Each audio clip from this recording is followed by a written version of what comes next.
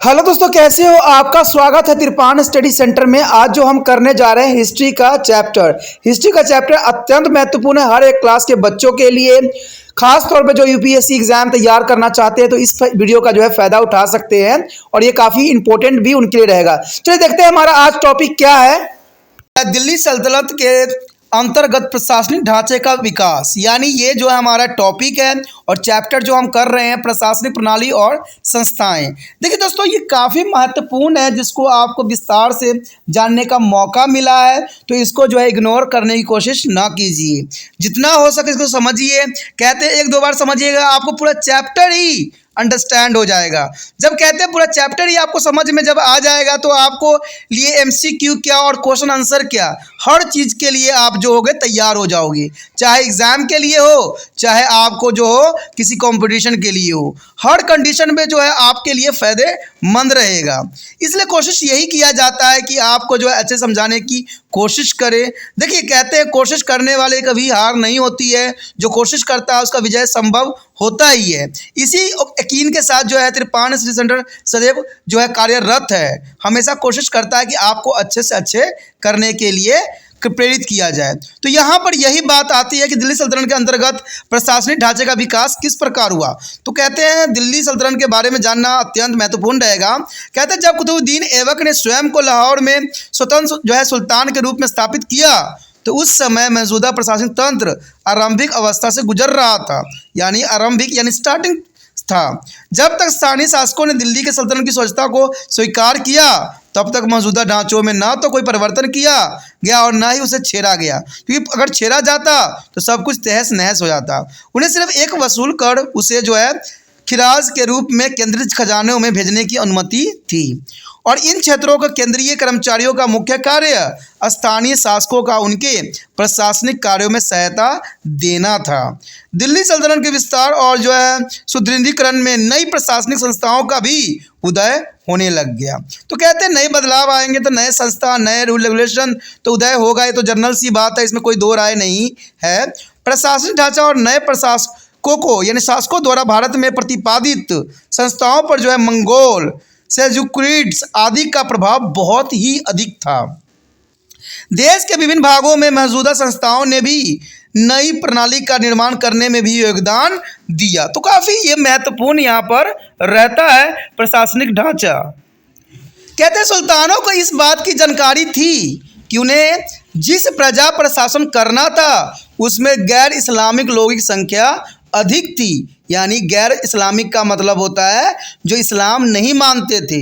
यानी आपको पता है कि भारत में अगर राज्य करना था तो उस समय हिंदुओं का प्रभुता था और हिंदुओं के ऊपर राज करना कहते आम बात नहीं थी। इसलिए जो था उस समय के जो सुल्तान हुआ करते थे इस बात पे जो है विशेष जोर दिया करते थे कि यहाँ के जो लोग हैं गैर इस्लामिक हैं और हमारे मस्जिद के भी नहीं है, तो इनके लिए जितना हो सके इनकी भलाई अगर हम करेंगे तो ये हमारे साथ देंगे, अगर इनके लिए कुछ भी हमने बुरा किया तो ये हमें उखाड़ फेंकेंगे। तो ये सुल्तान जो है बेखूबी जानते थे और समझते थे इस बात को। इसलिए दिल्ली के सुल्तानों को जो है सल्तनत की मौजूदा परिस्थिति का अनुकरण कुल बनाने के लिए खास उपाय करने पड़ते थे, क्योंकि जैसा कहते हैं ना जैसा परिस्थिति होता है वैसा ही ढलना हर एक व्यक्ति का जो है स्वभाव होता है। ये आपके लिए भी लागू होता है दोस्तों कि अभी एग्ज़ाम का टाइम है तो आप भी अपना पढ़ाई लिखाई को जो है थोड़ा तेज कर दीजिए, क्योंकि ज़रूरी है एग्ज़ाम में अच्छे अंक प्राप्त करना। कहते हैं जैसा परिस्थिति होगा वैसे ही आपको ढलना चाहिए, यही एक विद्यार्थी का गुण होता है। कहते हैं प्रशासनिक दृष्टि से ऐसा महसूस होता था कि जो है स्थानीय प्रशासन मुख्यतः गाँव के प्रधान आदि के हाथों में आ गया था। तो ये जनरली सी बात है, कोई नया सल्तनत आपको पता है देखने को मिला भी था कि कुछ ही समय बाद जो था सल्तनत की पूरी हिस्ट्री ही चेंज हो जाती थी। तो इसमें जो है राजा तो आते जाते जा रहे थे लेकिन मुखिया जो था उसके हाथों में आ जाना एक स्वाभाविक बात था। सल्तनत की सीमा को बढ़ाने के लिए केंद्र और प्रांतों के लिए प्रशासनिक ढांचे का अलग से विकास करना आवश्यक था और इस प्रकार सल्तनत काल के दौरान केंद्रीय प्रांतीय और स्थानीय सतहों पर प्रशासनिक संस्था का विकास भी काफ़ी जोर से हुआ। अब हम प्रशासनिक प्रणाली के विभिन्न घटनों के विस्तार से जानेंगे कि प्रशासनिक प्रणाली में कौन कौन सी व्यक्ति का क्या महत्व होता है, जो कि काफ़ी इंपॉर्टेंट रहता है। आधुनिक युग में तो आपको पता ही है कि प्रशासनिक में कौन कौन लोग होते हैं। कहीं राष्ट्रपति होता है, प्रधानमंत्री होते हैं, मुख्यमंत्री होते हैं, गवर्नर्स होते हैं। लेकिन आपको पुराने समय में भी जानना चाहिए कि पुराने समय में आखिर कैसा वहाँ पर प्रशासनिक प्रणाली थी, कौन मुखिया होता था, उसके नीचे कौन कार्य करता था। तो इसी के बारे में जो है आगे हम विस्तार पूर्वक चर्चा करेंगे। आप इसी तरह त्रिपाठी सेंटर में बने रहें। हमारा जो अगला टॉपिक है महत्वपूर्ण है प्रशासनिक प्रणाली। जैसे कि हम बात कर रहे थे, प्रशासनिक प्रणाली के बारे में जानना अत्यंत महत्वपूर्ण रहेगा। सल्तनत काल के दौरान प्रशासनिक तंत्रों का जो है प्रमुख सुल्तान होता था। ठीक है, उस समय जो मेन होता था सुल्तान यानी राजा। राजा को ही सुल्तान के नाम से जाना जाता था। जैसे आपको पता है कि अभी के समय में राष्ट्रपति जो होते हैं सर्वोच्च होते हैं। ठीक है, उसके बाद प्रधानमंत्री कार्यरत होते हैं। तो उसी तरह उस समय जो था सल्तनत के मुख्य जो होते थे सुल्तान हुआ करते थे। उच्च अधिकारी राज काम में सुल्तान की सहायता करते थे। जितने भी मतलब उच्च अधिकारी होते थे, चाहे वो प्रधानमंत्री हो चाहे मंत्री हो, सब सुल्तान की सहायता किया करते थे। सुल्तान के कार्यकाल के साथ अन्य कार्य भी थे। सैद्धांतिक रूप से सुल्तान की सहायता करने के लिए मंत्री परिषद, जिसको हम मजलिस ए जो है खलवात थी, यानी अभी हम इसको मंत्री परिषद के नाम से जाना जाता है, लेकिन उस समय मजलिस ए खलवात के नाम से जाना जाता था, जिसमें सारे मंत्रियां हुआ करते थे। जैसे कि आपको भी पता है कि अभी प्रेजेंट टाइम में जो मंत्री परिषद का गठन होती है, जैसे रेलवे मंत्री होते हैं, विदेश मंत्री होते हैं, तो सारे होते हैं, आपको पता ही है। तो उसी तरह मजलिस ए खलवात में सारे मंत्री हुआ करते थे, जो हर कोई अपना विभाग को संभालने में अग्रसर होते थे। तो काफ़ी महत्वपूर्ण बात यहाँ पर आता है। देखा जाए तो हमारा जो पहला पॉइंट आया है सुल्तान। देखिए सुल्तान कौन है। सुल्तान के बारे में अगर आप जानना चाहोगे तो इस लाइन से आपको साफ समझ में आएगा कि सुल्तान प्रशासनिक व्यवस्था में केंद्रीय स्थान पर होता था। देखिए प्रशासनिक व्यवस्था में कौन होता था, केंद्रीय स्थान पर होता था। वो नागरिक प्रशासन का प्रमुख और सेना का सर्वोच्च कमांडर होता था।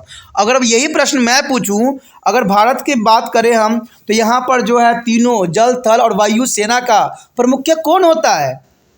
ठीक है, कौन होता है प्रमुख, तो आप कहोगे कि सबका जो प्रमुख कमांडर होता है वो राष्ट्रपति होते हैं। तो ये बात सच्चाई है। तो राष्ट्रपति आपको पता है कि भारत का सुल्तान कह लो, किंग कह लो। ठीक है, तो क्योंकि सबसे बड़ा पद जो होता है हमारे भारत में राष्ट्रपति के ही होते हैं, उसके बाद प्रधानमंत्री के होते हैं। लेकिन आपको इस बात का पता होना चाहिए कि हमारे देश में राष्ट्रपति नाम मात्र के होते हैं, सारी शक्तियाँ प्रधानमंत्री के अंतर्गत कार्य करती हैं। तो ये बात अभी के समय का है। लेकिन यही बात अगर आप अमेरिका में चले जाओ तो यहाँ पर उल्टा है। वहाँ पर सारी शक्तियाँ जो होती है राष्ट्रपति के पास होते हैं, वहाँ पर प्रधानमंत्री कोई व्यवस्था नहीं की गई है। लेकिन सीनेट जो होते हैं उनके भी कार्य शक्तियाँ होती है, और जो न्याय प्रणाली होती है यानी उच्च न्यायालय की शक्तियाँ भी होती है। अगर आपने अमेरिका की शक्ति पढ़ा होगा तो आपको पता होगा, इसके बारे में नॉलेज होगा। तो ये सारी बातें इंपॉर्टेंट यहाँ पर रखता है कि मेन जो होते थे जो है राष्ट्रपति ही हुआ करता था, जिसको हम सुल्तान के नाम से उस समय जानते थे। सुल्तान सभी दरबारियों की नियुक्ति करता था और उसको तरक्की भी करता था। नियुक्ति करने का सारे कार्य सुल्तान का होता था और उसको तरक्की देने का कार्य भी सुल्तान स्वयं ही करता था। वह किसी को भी अपने दरबार से निकाल सकता था क्योंकि उसके पास सारी शक्तियाँ मौजूद थी। वह सर्वशक्तिमान था, इसलिए सभी शक्तियाँ उसके हाथों में थी तथा वह न्यायक शक्ति का भी स्वच्छ स्वामी था, यानी न्याय करने का प्रणाली भी सब के सब जो था सुल्तान के हाथों में ही था। सुल्तान लोगों को उपाधियां और सम्मान प्रदान करता था, जो कि काफ़ी इंपॉर्टेंट था। सिद्धांत सुल्तान का जो है पद ऊंचा होता था। सिद्धांत जोड़ी जनरली सी बात हो गई कि सुल्तान का पद सर्वोच्च होता था, परंतु व्यवहारिक रूप से उसकी शक्तियाँ घटती बढ़ती रहती थी। तो इसमें कोई दो राय नहीं है। कहते हैं कि ऐसा कभी समय आया है जब राजा को उठा के जो उखाड़ के लोगों ने फेंक दिया है। कहते हैं हर जगह ऐसा ही होता है कि सल्तनत जो है प्रजाओं से चलती है। कहते हैं प्रजाओं को आप जितना खुश रखने की कोशिश करोगे उतना जो है अच्छा प्रशासन चलेगा। ये हर एक मंत्री को बात समझना चाहिए कि उनके क्षेत्र में जितना अच्छा रहेगा उतना ही अगले टाइम में उनको जीतने की संभावना बढ़ जाता है। अगर आप अपने क्षेत्र में विकास की जो है नाम मात्र के भी नहीं करोगे तो आपको अगली बार कौन जिता देगा। तो सुल्तान को भी ये बात समझ लेना चाहिए कि भाई उनकी राजसी तभी रह सकती है जब उन जो सुचारू रूप से कार्य कर सके, क्योंकि राजा एक होता है और प्रजा लाख करोड़ों में होता है। तो कौन जीतेगा, राजा जीतेगा कि प्रजा जीतेगी? जनरल सी बात है, प्रजा ही जीतेगी क्योंकि करोड़ों में है। इतने प्रजाओं को जो है सुल्तान के लिए मारना भी संभव नहीं हो सकता।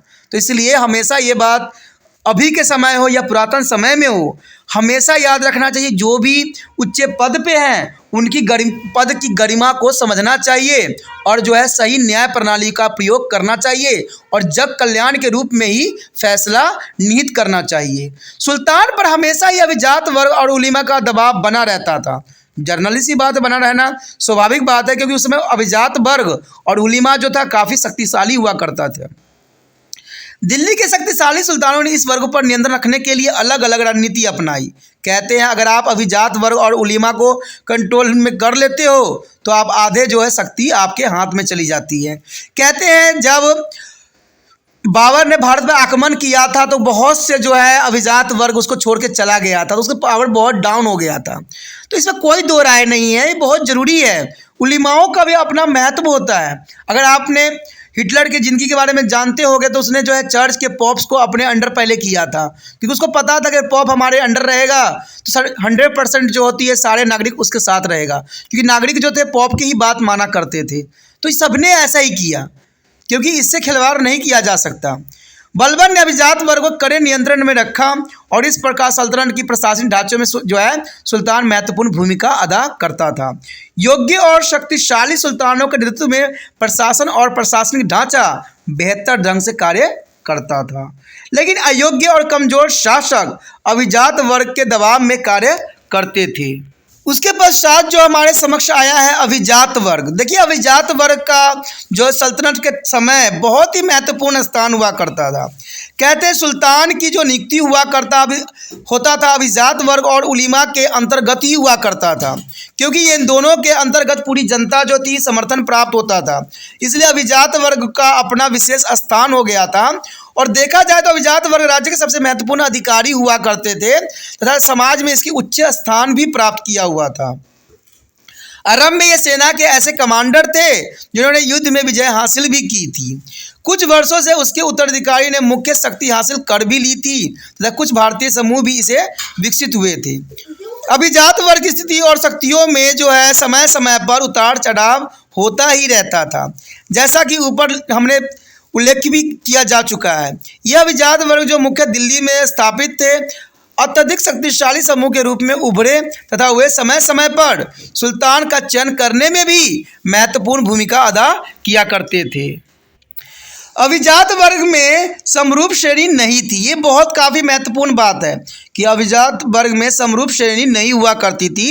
इसमें कई समूह सम्मिलित थे और उनमें अक्सर जो है लड़ाइयों के कारण आपस में दुश्मनी बनी रहती थी। तभी तो भारत में जो है आसानी से जो है दूसरे देशों ने जो है विजय हासिल करने में अपना महत्वपूर्ण योगदान दिया था, क्योंकि ये अभिजात वर्ग आपस में ही लड़ते रहते थे। कहते हैं तुर्की के समय में तुर्की और जातिकी कुलीनों के बीच लड़ाई आरंभ हुई और इसके मृत्यु के पश्चात इन लड़ाइयों ने जो है और अधिक जोर पकड़ लिया था। चलरगान समूह जो है 40 अभिजातों का समूह हुआ करता था। ये आपको पता होना चाहिए कि चलगान समूह जो 40 अभिजातों का समूह हुआ करता था और ये काफ़ी महत्वपूर्ण था और इसके अंतर्गत ही सारे कार्य प्रणाली चलती थी। शक्तिशाली समूह के रूप में उभरा था जिसे इल्तुतमिश ने बनाया था और ये काफ़ी महत्वपूर्ण था।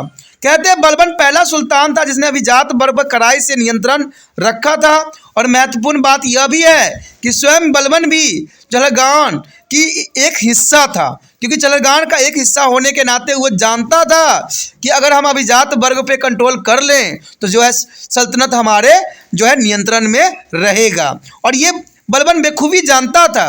कुतुबुद्दीन ऐबक तथा इल्तुतमिश अभिजात वर्ग अपने बराबर का समझते थे, यानी ये सबसे बड़ी जो थी इन्होंने भी गलती किया। कुतुबुद्दीन ऐबक ने और इल्तुतमिश अभिजात वर्ग को अपने बराबर समझते थे, लेकिन ये गलती बलबन ने नहीं किया। बलबन पहला सुल्तान था जिसने अभिजात वर्ग पर कड़ाई से नियंत्रण रखा। कहते महत्वपूर्ण बात यह है कि स्वयं बलबन भी चलरगान का एक समूह हिस्सा था और ये बलबन बेखूबी जानता था कि अगर दो ही कंडीशन हो सकता है अभिजात वर्ग को कंट्रोल करने का, या तो हम उसके दबा दें या हम उसको बराबर का दर्जा दे दें। तो यही बलबन ने किया, उसने बराबर का दर्जा न दे के जो है चलरगाना को यानी 40 वर्ग समूह को दबा दिया। यानी देखा जाए तो वो अपने नियंत्रण में ले लिया। लेकिन ऐसा गलती जो है कुतुबुद्दीन ऐबक तथा इल्तुतमिश अभिजात नहीं किया। उसने अभिजात वर्ग को अपने बराबर समझते थे। यानी देखा जाए तो कुतुबुद्दीन ऐबक और जो है इल्तुतमिश ने अभिजात वर्ग को अपने बराबर का जो है दर्जा दिया। बलबन ने अभिजात वर्ग से दूरी बनाए रखा था और इसलिए स्वयं के लिए अभिजात वर्ग के लिए कड़ी आचरण संहिता लागू भी किया हुआ था और दरबार में कोई दुर्व्यवहार नहीं कर सकता था। ये भी बहुत काफ़ी महत्वपूर्ण था कि दरबार में कोई दूसरे को जो दुर्व्यवहार नहीं कर सकता था, नहीं हंस सकता था। यानी हंसना भी देखा जाए तो बलबन के समय जो है प्रतिबंधित था, क्योंकि एक बात आपको पता है कि जो हंस जाता है वो कभी आगे नहीं बढ़ पाता है। तो ये बलबन जो है खूब बेखूबी जानता था, इसलिए अपने राज दरबार में जो था किसी को हंसने का भी प्रावधान नहीं किया हुआ था। उसने उत्कृष्टता पर बल दिया था और उच्च पद और उच्च कार्यालयों के प्राप्त करने वाले के लिए जो है मानदंड निर्धारित किया गया था, जो कि बलबन का कार्यकुशलता का एक महत्वपूर्ण पहलू था।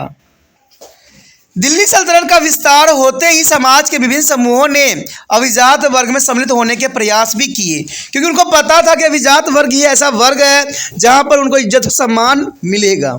इसलिए दिल्ली सल्तनत का विस्तार होते ही समाज के विभिन्न समूहों ने अभिजात वर्ग में सम्मिलित होने का सदैव ही प्रयास किया। आरंभ में इस वर्ग में तुर्कों को जो है सम्मिलित किया गया था।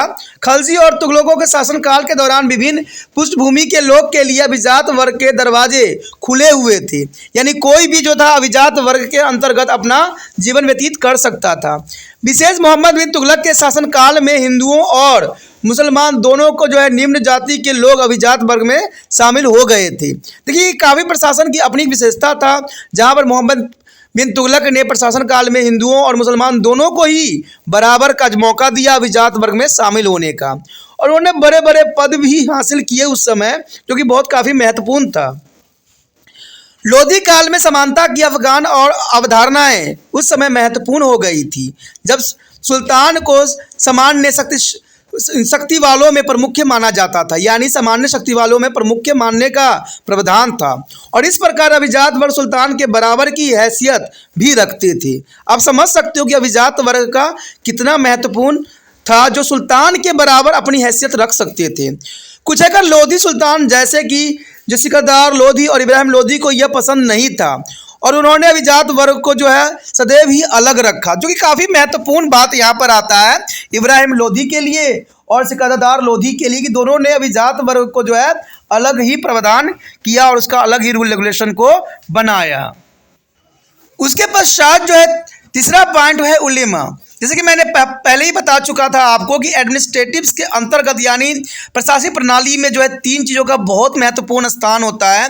एक होता है सुल्तान का, दूसरा होता है अभिजात वर्ग का, और तीसरा जो होता है उलेमा। अब उलेमा के बारे में जानना आपके लिए बहुत ही महत्वपूर्ण रहेगा कि उलेमा कौन होता है और उसका क्या महत्व होता है। जैसे कि आपको पता है उलेमा मुसलमानों के धार्मिक बुद्धिजीवियों के समूह को उलेमा कहते हैं, यानी धार्मिक बुद्धिजीवियों।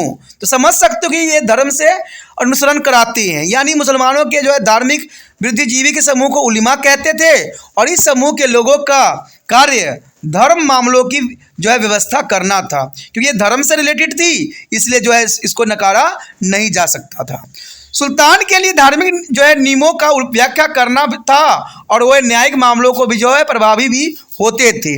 यह अत्यधिक प्रभावी समूह था और जो है सुल्तान और अभिजात वर्ग की प्रशंसा भी किया करता था। उनका जो है मुस्लिम जनता में भी काफ़ी प्रभाव हुआ करता था। कहते हैं उलेमा का जो था उस समय मुस्लिम जनता में काफ़ी प्रभाव हुआ करता था। जैसे आपको पता ही है कि हिंदुओं में जो होता है, जो पंडित होते हैं, जो ब्राह्मण होते हैं, उनका काफ़ी दबदबा होता है। उसी प्रकार जो है मुस्लिम धर्मों में उलेमा का जो है अपना विशेष प्रभाव था, और यह समूह इस्लाम के धार्मिक नियमों के अनुसार जो है सल्तनत को चलाने के लिए सुल्तान पर दबाव डाला करते थे कि जो इस्लाम में लिखा हुआ है उसी के अनुसार जो है उनको अपना शासन चलाना चाहिए। यह उलेमा का मानना था। सुल्तान और अभिजात वर्ग अक्सर प्रशासनिक कार्य धर्म और नियम की वजह से राज्य की आवश्यकताओं को अनुसार करने की कोशिश किया करते थे। कहते हैं अलाउद्दीन खलजी जैसे प्रभावशाली सुल्तान ही उलेमाओं का सलाह के कई मुद्दे पर जो है अनदेखी कर सकते थे, लेकिन कुछ सुल्तान उनकी सलाह को मानते थे तो कुछ नहीं मानते थे। तो कहते हैं इसी तरह से जो है उलेमा का अपना बहुत ही महत्वपूर्ण स्थान था प्रशासनिक प्रणाली के अंतर्गत। दोस्तों इसी के साथ हमारा जो था प्रशासनिक प्रणाली जो कि बहुत काफ़ी महत्वपूर्ण था, हमने तीनों विषय पे जो है अच्छे से समझने की कोशिश किया और आपको बताने की कोशिश किया। तो इसी के साथ हमारा टॉपिक खत्म हो जाता है। आगे का टॉपिक और भी महत्वपूर्ण है, तो इसके लिए जो है आपको अगला वीडियो देखना पड़ेगा। ठीक है, अगर आपको अच्छा लगा तो लाइक से सब्सक्राइब भी करना मत भूलना, और पहली बार वीडियो देख रहे हैं तो चैनल को सब्सक्राइब कर लेना, आपके हित में रहेगा।